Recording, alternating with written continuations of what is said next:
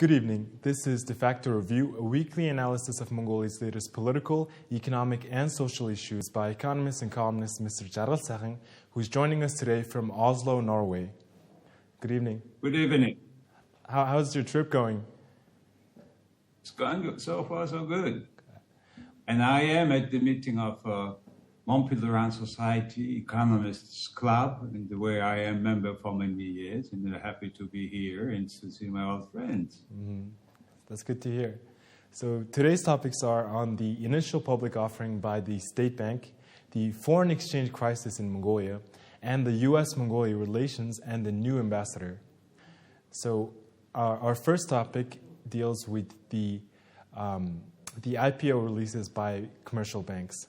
And last year, the law and procedures for enforcing the amended banking law was passed, and it made it so that 5 major banks in Mongolia had to be restructured into publicly traded companies by June 30th of this year.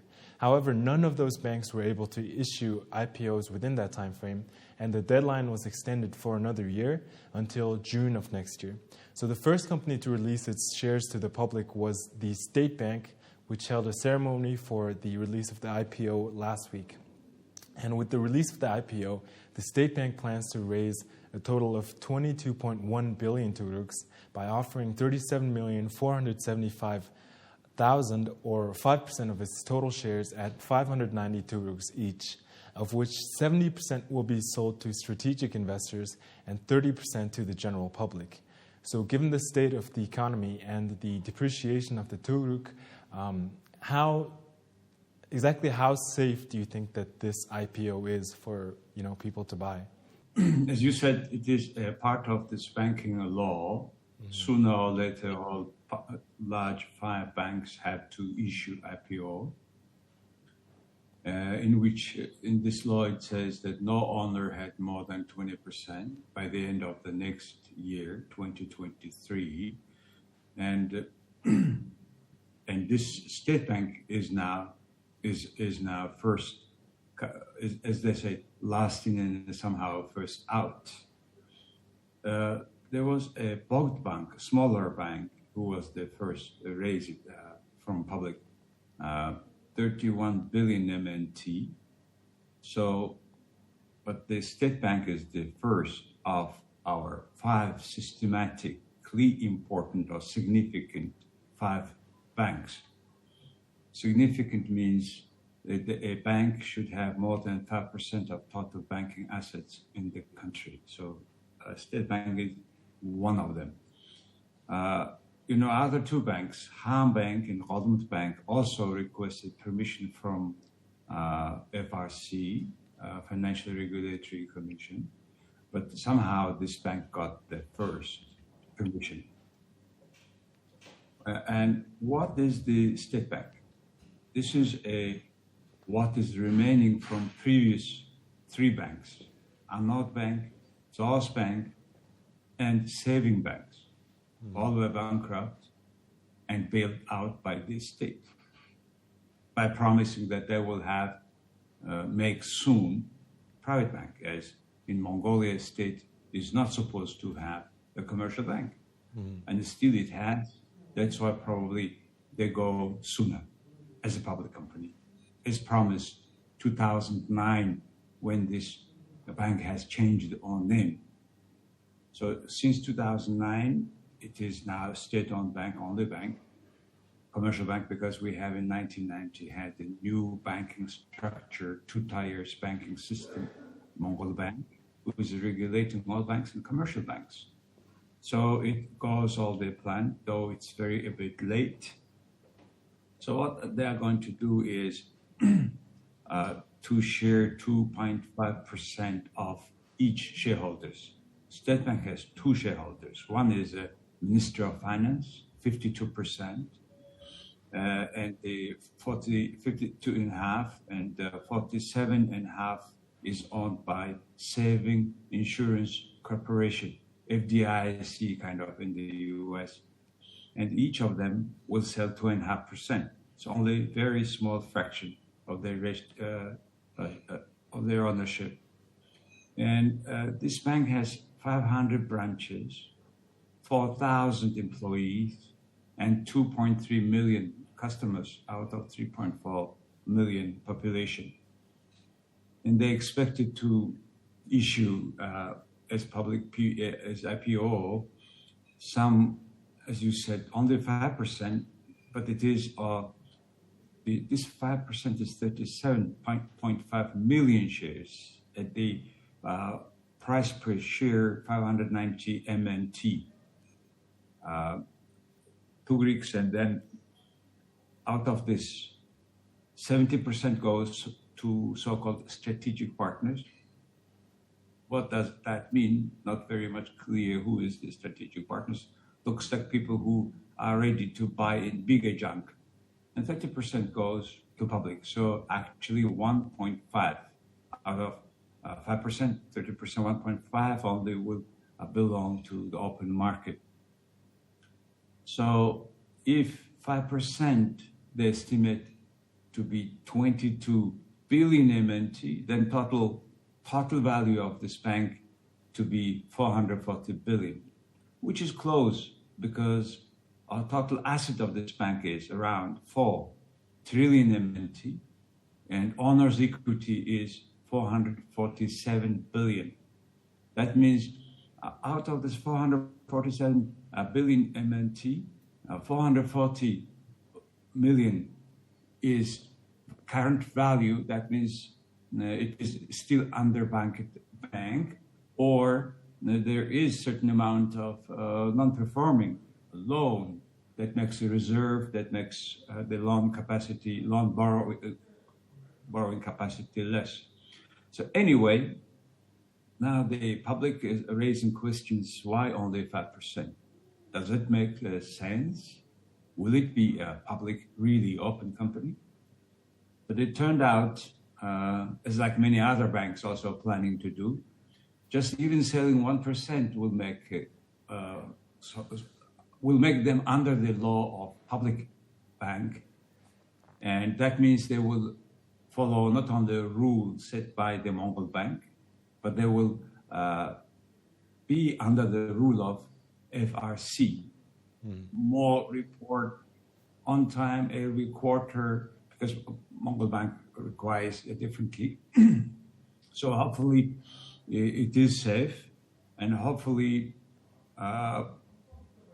this will make this bank more open, more for public ready to buy the other shares.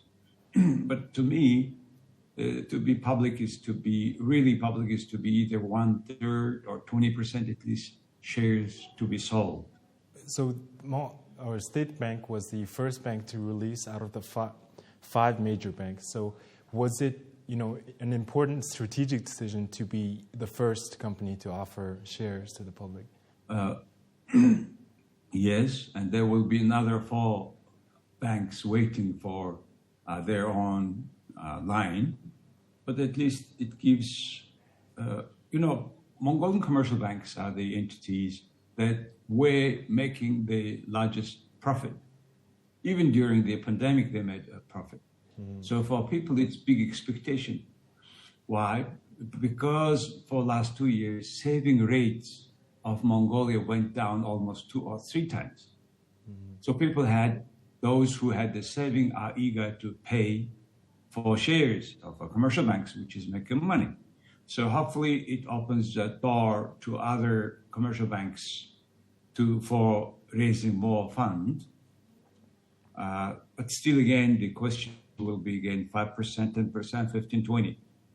And after I made a public critique on why 5%, and they promised to now. So far, they have promised because they got so much request to buy shares, and there were not enough shares, and they have promised that they will issue another 15%, but they have not said when and how. So probably it will take quite some time to issue another 15%. But the one issue is, the most important issue for me is who makes sure that the check and balance of this bank operation are made.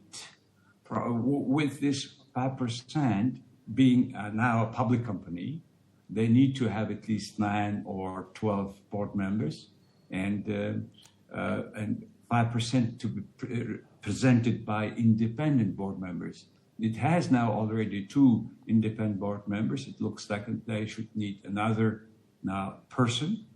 And plus, this bank asset quality is made by an independent auditor, and the main audition was made by Ernst & Young, one of the top 5 largest in the world. And it says, and it is a report, Ernst & Young says that the ANY finds all financial statements as of 2021 are meeting the requirements set by requirements under by GAAP, generally accepted accounting principles. So it gives more confidence to investors than any other its document. And plus, I was talking about the high profit they made, and this bank was doing as a first quarter of this year, 2020, 15.6% return on equity, which is the highest among the others. So that's one of the reasons probably they got that permission first. So open the wider door to other investors to buy banks' interest rate. Anyway, I think overall this IPO principles or requirements for commercial banks are very right step towards further development of financial market in the country, because up to now, up to just 3 years or 4 years back, only 5% of market capitalization if you compare to GDP, our financial market, then the capital market, then the financial market was only 5% of the GDP. Now it is a good chance to be increased, where a country is regarded vibrant if 40%, 50% of the total capital market is from the financial market. The other is from money market. So hopefully we go to that right directions. Mm-hmm. So let's hope this brings a rejuvenation to the economy. And our second topic also deals with the economy, as Mongolia is facing a severe foreign exchange crisis, with foreign exchange reserves down 40% in August from a year earlier to $2.7 billion US. And the current account deficit is also widening. And because of this, local banks are limiting the amount of dollars customers can buy. Hambank, which is Mongolia's largest bank as measured by total assets, has limited the daily amount of cash to 1 million turuks, or around $300 from this month. This is down from the usual 300 million under normal conditions. And Hambank responded that the sanctions were a response to the rising dollar demand and specified that the bank is not limiting payments for imports of goods such as food and fuel, and exceptions can be made with the approval from the Treasury Department. In addition, the Turuk has been hit by rising interest rates abroad, losing 16% of its value against the dollar this year, and other issues such as border closures in the southern border and the ongoing war with Russia and Ukraine also affecting the economy. The Asian Development Bank lowered its growth forecast for Mongolia this year to 1.7% from 2.3% in April. The World Bank also lowered its growth forecast, noting that Mongolia is one of the nations in Asia most vulnerable to capital outflows and a falling exchange rate due to inflation abroad. So another issue that has risen this week is the change in the mortgage law. So now lenders or the companies providing the mortgages are able to provide up to $150 million for the mortgage loans compared to $100 million before. So with this change and the purchase of construction materials, a lot of money is going to be flowing out of the country. So this is hard as we're desperately trying to keep foreign exchange in the country. So do you think that this is bad for our foreign exchange crisis at this moment? It certainly will have a big impact on import of the country. And, in for construction, where the almost 70% of the raw materials consisting of the metal frame structure and cement. Mongolia is relatively, in terms of cement, producing domestically, but however, the remaining almost 40% of the construction materials we are importing. So with this increase of the total mortgage limit, which is, as you said, it was 100 million MNT, now it's 150 million in the Ulaanbaatar city, where they have a population lives. Another, in a countryside, it will be 100. It was before 80 or so million. So it's mostly, we talk about the small apartments, units for medium and lower medium income people anyway. This will be additional, of course, pressure on the dollar, US dollar and Mongolia Tugrik exchange rate, which is already high. Now we are coming to the level of 3.5 thousand per thousand Tugriks per US dollar. And this is a historical high, right? In Mongolian history, this is the highest it's been. And the highest also devaluation, because it's 16% now, year-on-year based now, the rate. And this rate is also, the rate is coming from the pressure of the payment balance, current balance of the country. We buy now more and then sell. And plus, the other thing was, in terms of reserve decrease, foreign currency reserve decrease is, they were, they sold quite large amount of coal, but the coal was not taken. So I think China was very smart to pay that time, a year before. Now the price have increased, but yet Mongolia was not able to shift the coal. So now they're shifting with the new railways, everything. The coal they have sold already at the price a year before level. So now they need to complete this one and then sell the new coal with the new price. So it will also have certain pressure. It has already certain pressure on our current payment balance, one, and it is because this COVID-0 Chinese policy related all logistical problems. The other pressure comes on this Tugrik from Russia. Ukraine, we buy things, though we have a cap for fuel price with Russia, but still with the payment system is a problem now, because Russian banks they are under sanctions, not easy to pay for the gas from Mongolia. So these two together makes the banks to limit the daily transactions, even from your own accounts. On the $300 per day, you can change. And it reminds me the situation in 2016. We had quite similar situation, and we had to ask to IMF to bail out. And that comes with certain restrictions, conditionality, that people, in particular parliamentarians, don't like it, because it's a more stronger discipline of budget expanding, etc. So it looks like we are moving to that direction now. So do you think that there is a possibility of another possible bailout, or do you think that's not very probable in the near future? The government has to pay a certain amount.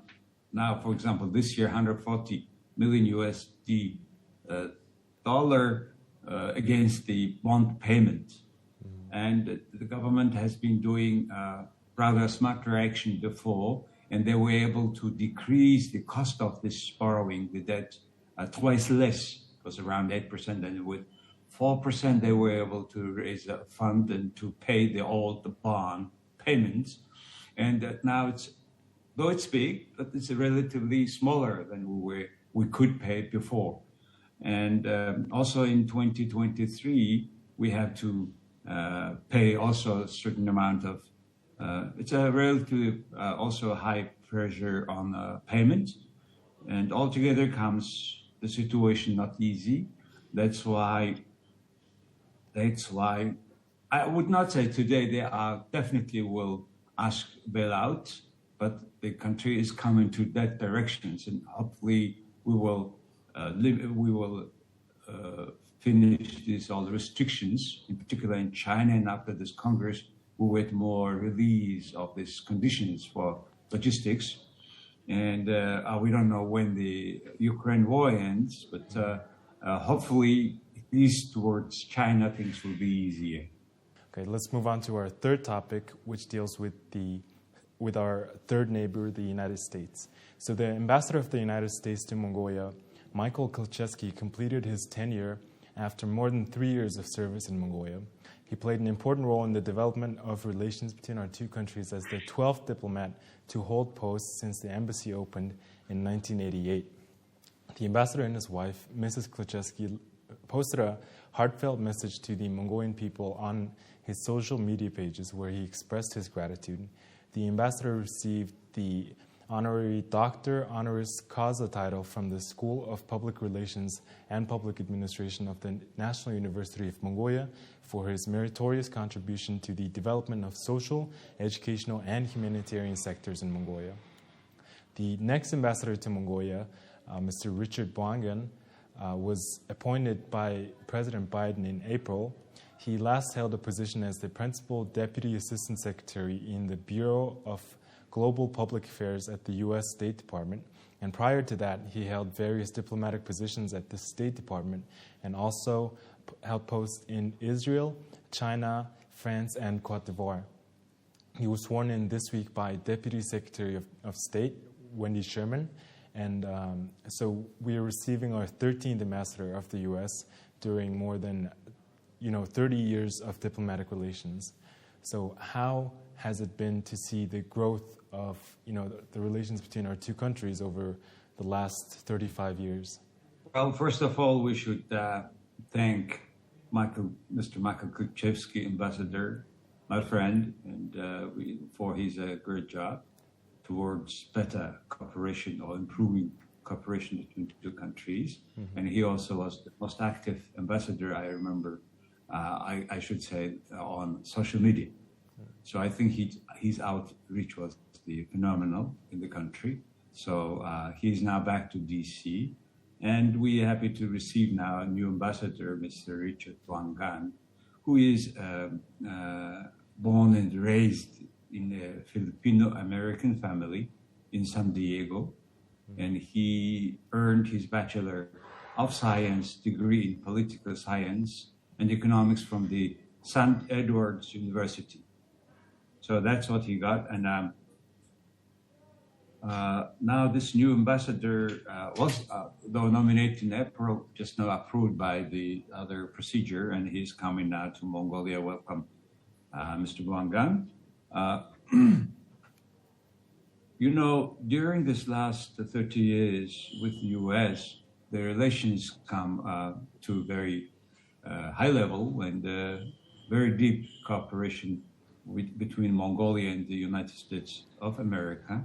And just mentioned some newly, for the last few years, achievements, for example, this Millennium Challenge account, and a corporation who's providing over $462 million to change the situation of water supply of Ulaanbaatar city.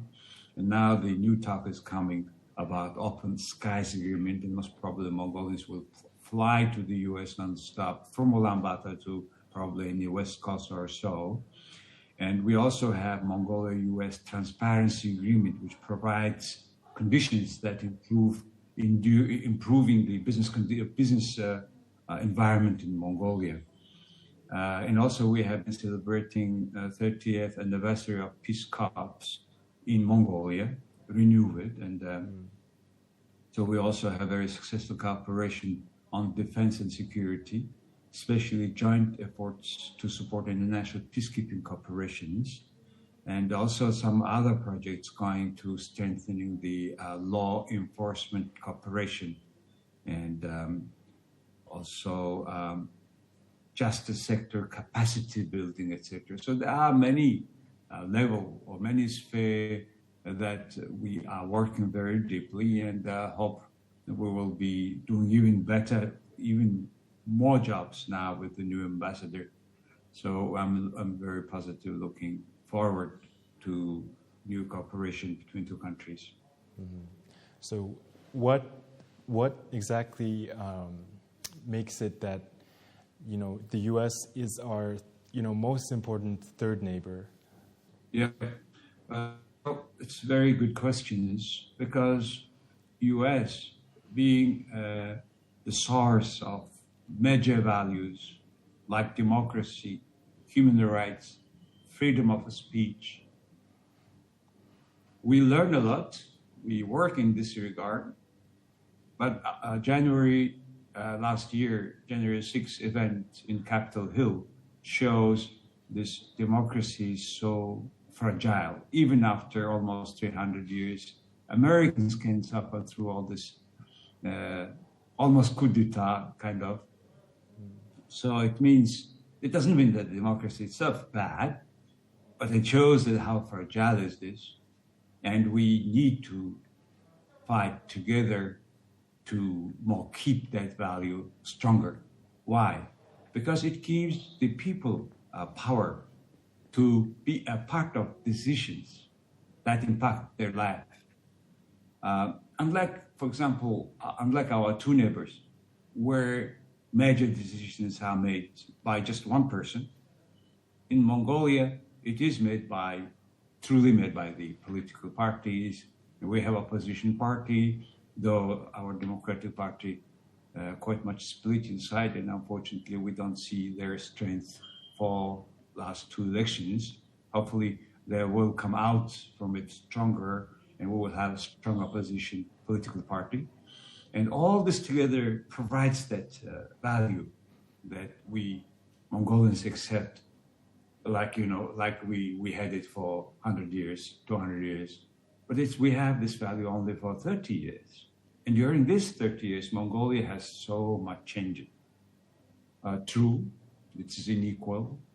True, the distribution was different. But still, because we can discuss it like you and me do today, I think we can improve, can make sure that this wealth in the country are distributed more or less to every house. But it doesn't mean that, like what the government is doing now, just giving the money to people as a care. Get people working and get paid properly so that they don't go to Korea for higher salary. So that's the agenda, I think.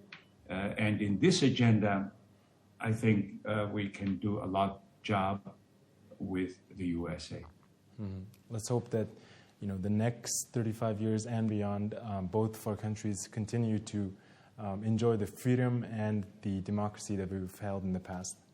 That's why we share these values of human rights, freedom of speech. And by the way, without freedom of speech, there is no other freedom. So we make sure that we keep that the most important right, the most important value for our democracy, freedom of speech. Okay. That is all for this week. This has been Defacto Review, a weekly analysis of Mongolia's latest political, economic, and social issues by economist and columnist Mr. D.Jargalsaikhan. Thank you very much for watching us. Staying with us, and please also watch our programs in D.Jargalsaikhn.com website whenever you have it. Thank you.